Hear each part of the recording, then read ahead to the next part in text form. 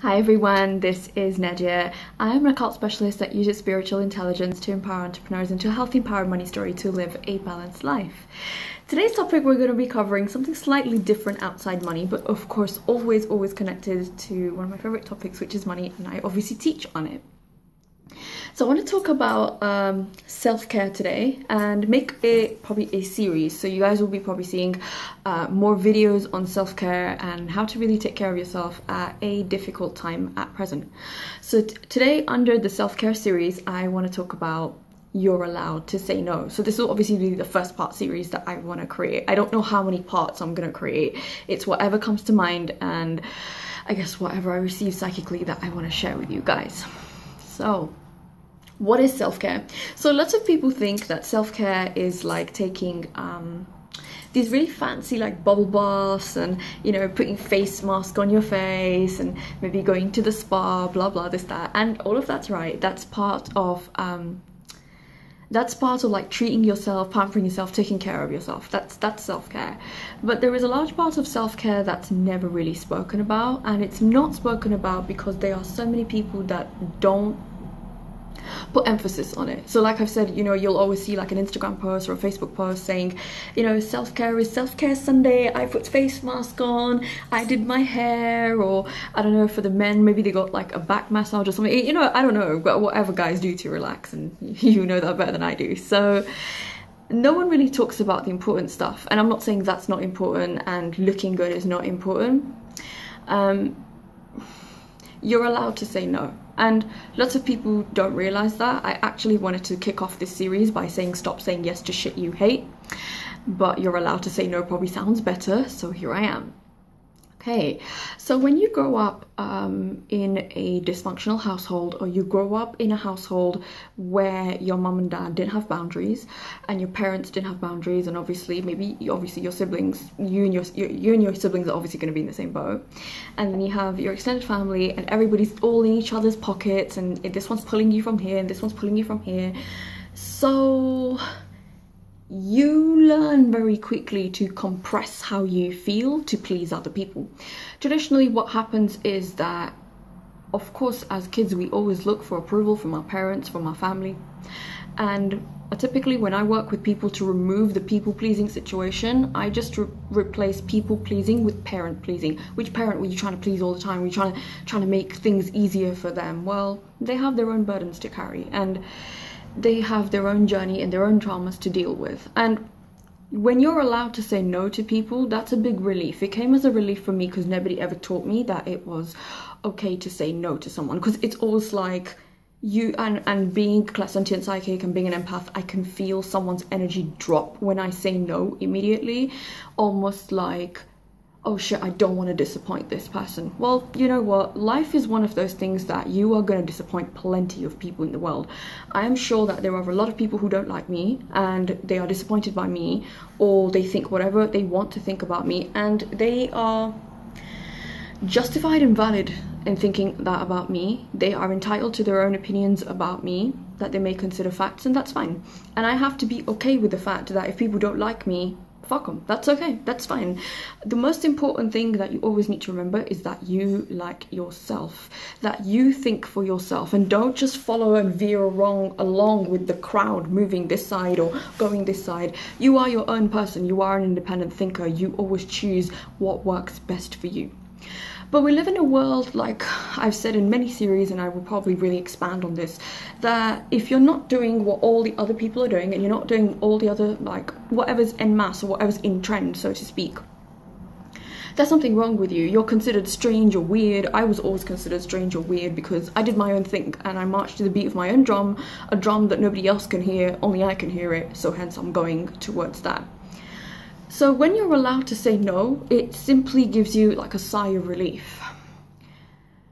When you come from a traumatic background, when you come from chaos in your family, you will typically, and anybody watching this can obviously reflect on their behavior.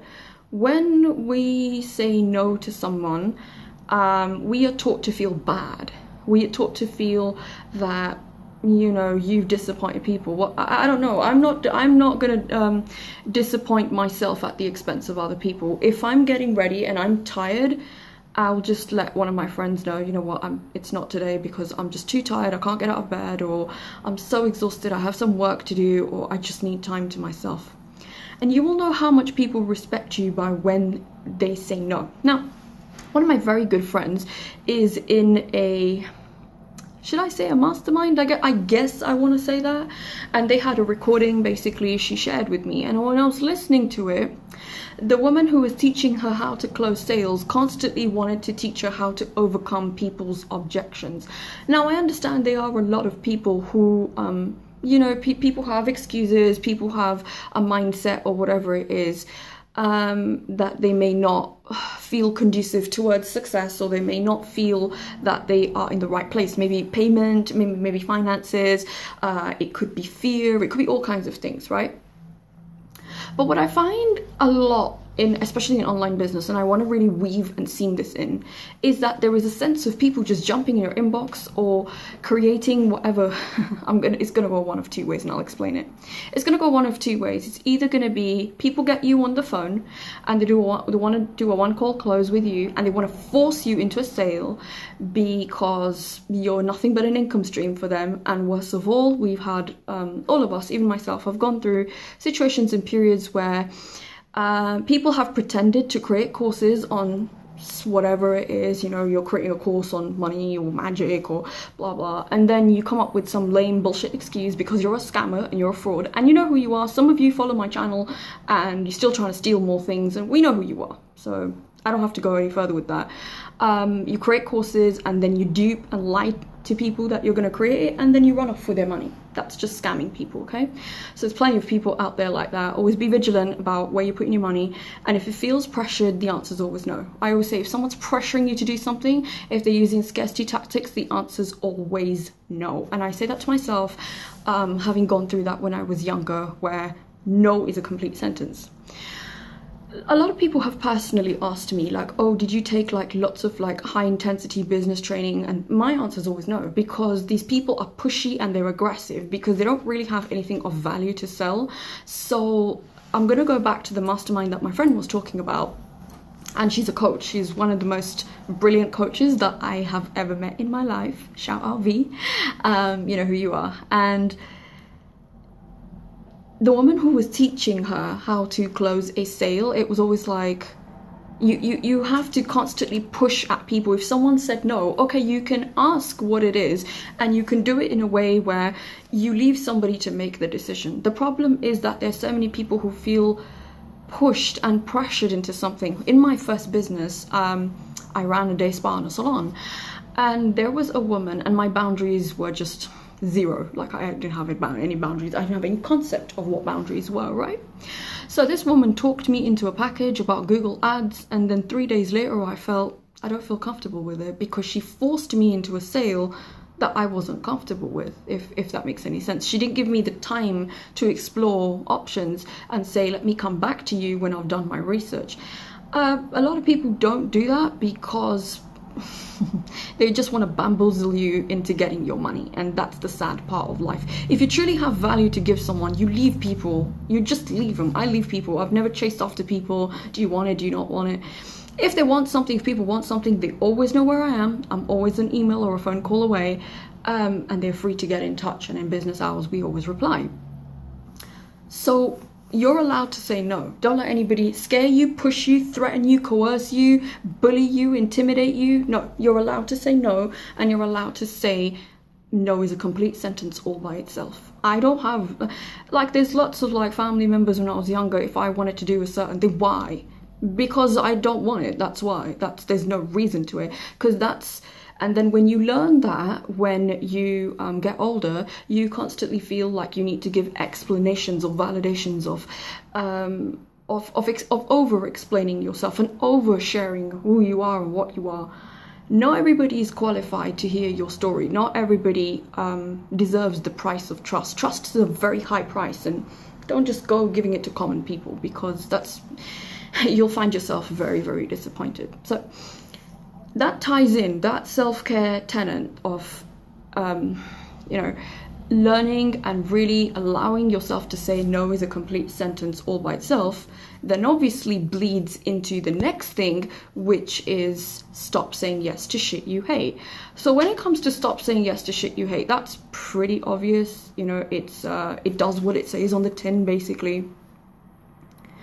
And when you learn to say no to people, you learn to say yes to yourself. And stop saying yes to shit you hate just plugs into what I've said. I'm going to keep this round really short because I want it to be impactful, and I want you guys to listen to this video as many times as possible, because when you keep consistently saying yes to people, you're always saying no to yourself. You're always putting yourself second. Put yourself first. It doesn't matter what situation you are, because when you put yourself first, your kids learn from you, your spouse learns from you, your partner learns from you, your family learns from you. You put yourself first, you value yourself.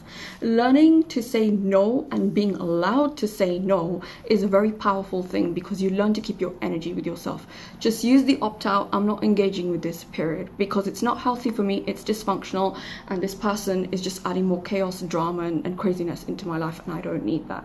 So when you stop saying yes to shit you hate, and you really give yourself permission to say no, your life will change in a way where no bubble bath or like face mask or anything, because the face mask might work for the face, the bubble bath might work, or you might feel good, but when you put hard and fast and you set up those boundaries where people cannot take advantage of you because you see them taking advantage of you, that's a big thing. So I hope that's a quick, I always say the quick and dirty of boundaries, and that's really a boundary setting. If you don't feel comfortable with somebody, it's not necessary that you need to keep engaging with them, talking to them.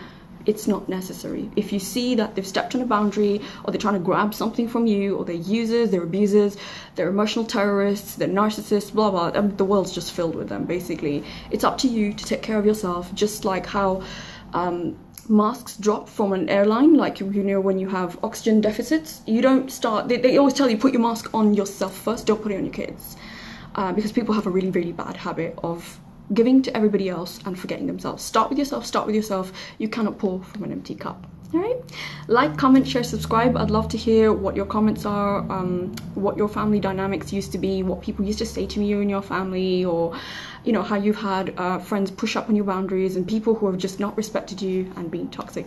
Thanks so much for tuning in. I will be back with self-care series number 2. Give me some time to think about what it is I want to say, and I will see you guys soon. Take care. Bye.